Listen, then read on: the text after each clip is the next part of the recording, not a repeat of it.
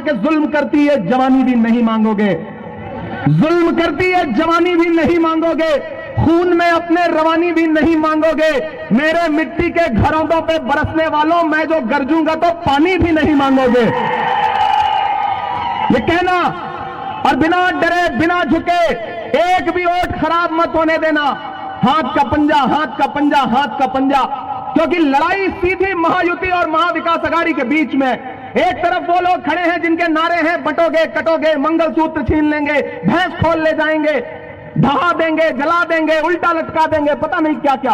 और एक तरफ हम खड़े हैं, हम सब खड़े हैं जो ये कह रहे हैं कि आओ नफरत के बाजार में मोहब्बत की दुकान खोलते हैं। ये नांदेड़ की सड़कें इस बात की गवाह हैं नांदेड़ वालों कि जब इन्हीं सड़कों पर चल करके मोहब्बत का एक मसीहा आया था आपके बीच में, जो कन्याकुमारी से चला था बस एक नारा लगाता हुआ कि नफरत छोड़ो भारत जोड़ो। मुझे बताओ इस मुल्क में जो नफरत फैली है उसके सबसे ज्यादा शिकार कौन है? हम हैं, आप हैं, आप हैं। नफरत कम होगी तो सुकून किसे मिलेगा? हमको, आपको, आपको। तो बताओ जिस इंसान ने 4000 किलोमीटर पैदल चल करके अपने पैर के छालों की परवाह नहीं की और यह कहा कि इस मुल्क में नफरत को कम करना है, तो आप तो इस बात पर ईमान रखते हो ना कि मजदूर का पसीना सूखने से पहले उसकी मजदूरी उसे दे देनी चाहिए। रखते हो या नहीं रखते हो? मैं तो रखता हूं इस बात पर ईमान, क्योंकि हमारे बुजुर्गों का कौल है कि मजदूर का पसीना सूखने से पहले उसकी मजदूरी उसे दे देनी चाहिए। तो मैं आज नांदेड़ में खड़ा होकर के आपसे यह कहता हूं कि मैंने देखा है राहुल गांधी के माथे का बहता हुआ पसीना, मैंने देखा है राहुल गांधी के पैर के छाले। मैं आज नांदेड़ में खड़ा होकर के आपसे राहुल गांधी की मजदूरी मांगने के लिए आया हूं, और वो मजदूरी यह है कि राहुल जी ने रविंद्र चौहान को और अब्दुल सत्तार साहब को आपके बीच में अपना नुमाइंदा बना के भेजा है। एक को आमदार बना दीजिए, एक को खासदार बना दीजिए। यह है राहुल गांधी की सबसे बड़ी मजदूरी। जो इधर बाईं तरफ मेरे साथी खड़े हैं, मुझे आपसे बस एक बात कहनी है। आप सियासत जो है ना वो दिल से करते हो, दिमाग से नहीं करते हो, जज्बात से करते हो। सियासत जज्बात का नाम नहीं है, सियासत दिमाग से फैसले लेने का नाम है। हो सकता है मेरे कुछ साथियों को सत्तार साहब से पर्सनल मनमुटाव हो सकता है कभी गफ्फार फोन ना उठा पाए हो तो आप नाराज हो, लेकिन जब लड़ाई बड़ी होती है तो छोटी छोटी चीजें नजरअंदाज करनी पड़ती हैं। यह मौका फिर दोबारा आए या ना आए यह आपके फैसले पर तय होगा। यह मौका आगे लगातार आने वाली सदियों तक बना रहे यह आपके फैसले पर तय होगा। हर वफा जिंदे जावेद नहीं होती है, दिल का हर जख्म कहीं दिल का कमल बनता है। जब शहंशाह भी हो, इश्क भी हो, दौलत भी, तब कहीं जाके कोई ताजमहल बनता है। हमने अपने हिस्से का काम कर दिया है, कांग्रेस पार्टी ने अपने हिस्से का काम कर दिया है। अब आपको अपने हिस्से का काम करना है नांदेड़ वालों। एक तरफ वो लोग हैं महायुति के लोग, महाभ्रष्ट लोग, महाराष्ट्र को लूटने वाले लोग, जिन्होंने लूट करके सरकार बनाई। मैं कल किसी सभा में खड़ा था जालना में, तो मैंने कहा यह धोखेबाजों की सरकार है। तो सामने से एक नया लड़का खड़ा हुआ, उसने कहा इमरान साहब एक चीज और जोड़िए। मैंने कहा बताओ। बोला यह भी जोड़िए कि यह धोखेबाजों के साथ साथ खोखेबाजों की भी सरकार है। मैंने कहा यह सही सजेशन है। तो यह भाजपा के किसी झूठ के चक्कर में मत आना। इनके सारे नारे झूठे हैं, इनके सारे वादे झूठे हैं। ये तो पार्लियामेंट में एक दिन प्रधानमंत्री जी खड़े होकर भाषण दे रहे थे, बोले बताओ कांग्रेस वालों 70 साल में क्या बनाया। मैं इधर बैठा हुआ था, मैं खड़ा हो गया, मैंने सोचा मैं गिनाना शुरू करूं, तब तक खड़गे साहब बैठे थे। बोले इमरान मत बताना, जो बताओगे ये उसको भी बेच देंगे, इनका काम सिर्फ बेचने का है, इन्हें मत बताओ। मैं तो आजकल जब भी पार्लियामेंट जाता हूं ना तो प्रधानमंत्री जी को उनके पुराने नारे याद दिलाता कि भाइयों बहनों, देश के खजाने की चाबी मुझे सौंप दो, मैं देश नहीं लूटने दूंगा, चौकीदारी करूंगा। अब तो मैं उस चौकीदार से पार्लियामेंट में भी पूछता हूं और सड़कों पर भी पूछता हूं कि कहां सोया है चौकीदार। थक तो नहीं गए? थके तो नहीं है ना?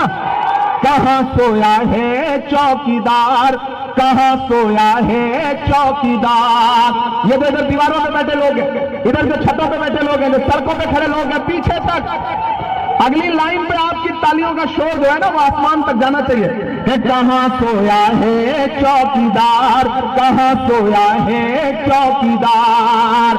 विजय माल्या नोक के नीचे से हो गया फरार कहां सोया है चौकीदार, कहां सोया है चौकीदार के चाय। रविंद्र भाई, आपका जो नामदेड़ है ना, कितने समझदार लोग, आप कोई नाम मत लो, चौकीदार बोल दो ये समझ जाते हैं, चाय बोल दो इनको स्वाद आ जाता है, पिलाने की भी जरूरत नहीं पड़ती कि चाय। मैंने फैसला किया अब ये सभा खत्म होगी तो जहां अच्छी चाय मिल रही होगी वहां जाके चाय पीऊंगा मैं, कि चाय बेचने वाला पूरा भारत बेच रहा है। बेच रहा है कि नहीं बेच रहा है? बेच रहा है कि नहीं बेच रहा है? कि चाय बेचने वाला पूरा भारत बेच रहा है, इसी काम में हासिल उसे महारत बेच रहा है।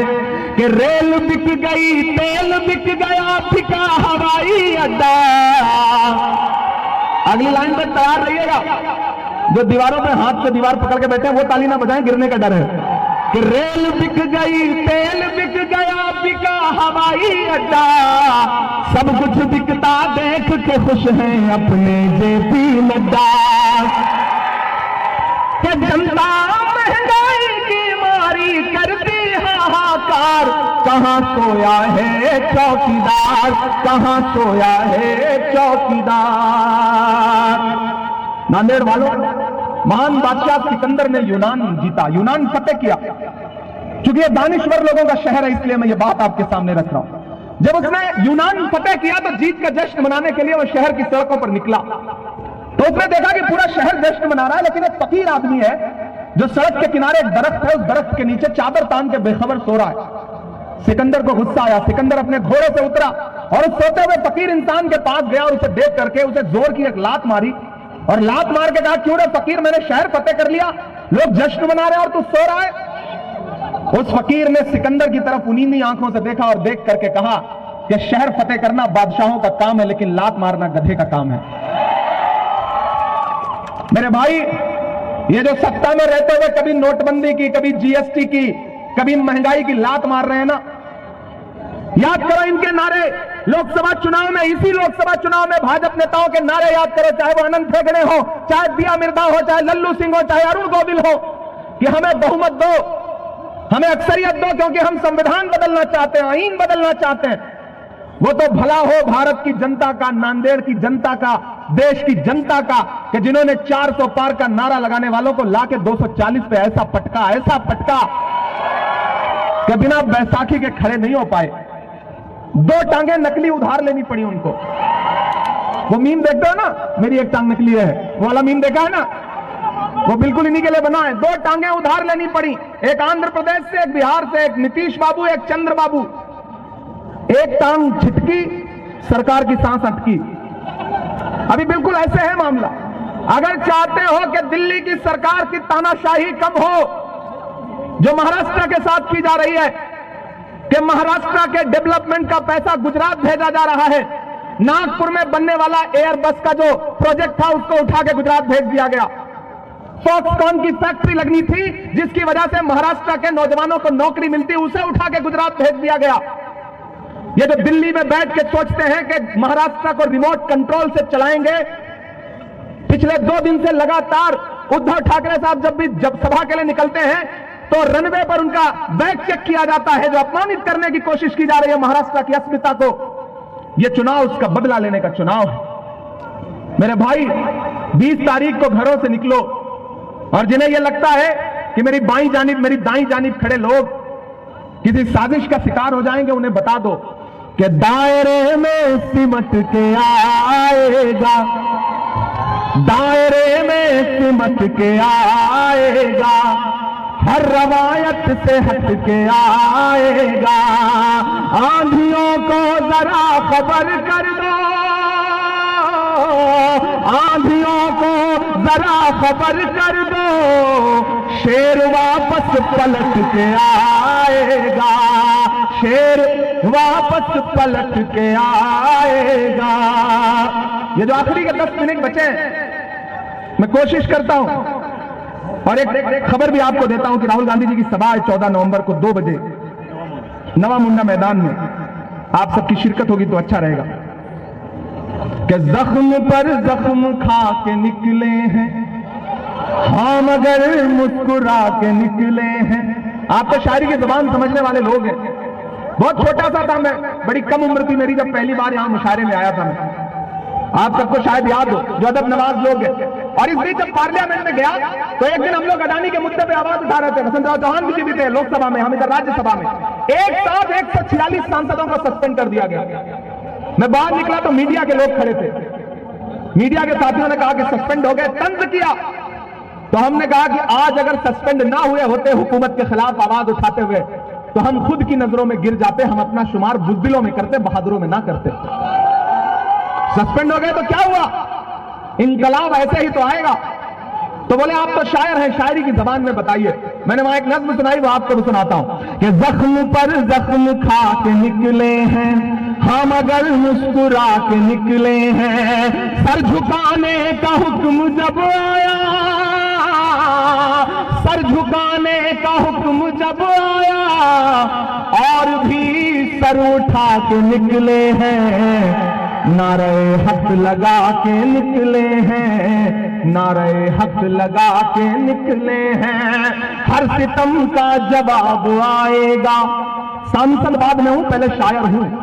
जो कह के जा रहा हूं ये एक दिन सच साबित होना है इंशाअल्लाह कि हर सितम का जवाब आएगा, देखना इनकलाब आएगा। और अगले 2 मित्रों पे जिन्होंने अब तक हाथ नहीं खोला होगा, मैं उन्हें भी कसम देता हूं, यहां से वहां तक कोई भी हाथ खामोश नहीं रहेगा कि हर सितम का जवाब आएगा, देखना इनकलाब आएगा। अच्छे दिन का किए थे जो वादा, अच्छे दिन का किए थे जो वादा, उनका दिन भी खराब आएगा, उनका दिन भी खराब आएगा। अच्छे दिन का किए थे जो वादा, उनका दिन भी खराब आएगा। और जाते जाते नांदेड़ वालों, पूरा देश देख रहा है आज आपकी इस रैली को। मैं सिर्फ एक मतला और एक शेर सुना के जाऊंगा कि खौफ नहीं जिसे मुरझाने का, मैं उस गुल के साथ खड़ा हूं। नांदेड़ वालों तैयार रहना। खौफ नहीं जिसे मुरझाने का, हम उस गुल के साथ खड़े हैं। खौफ नहीं जिसे मुरझाने का, हम उस गुल के साथ खड़े हैं। कैसा भी दौर आए लेकिन हम राहुल के साथ खड़े हैं।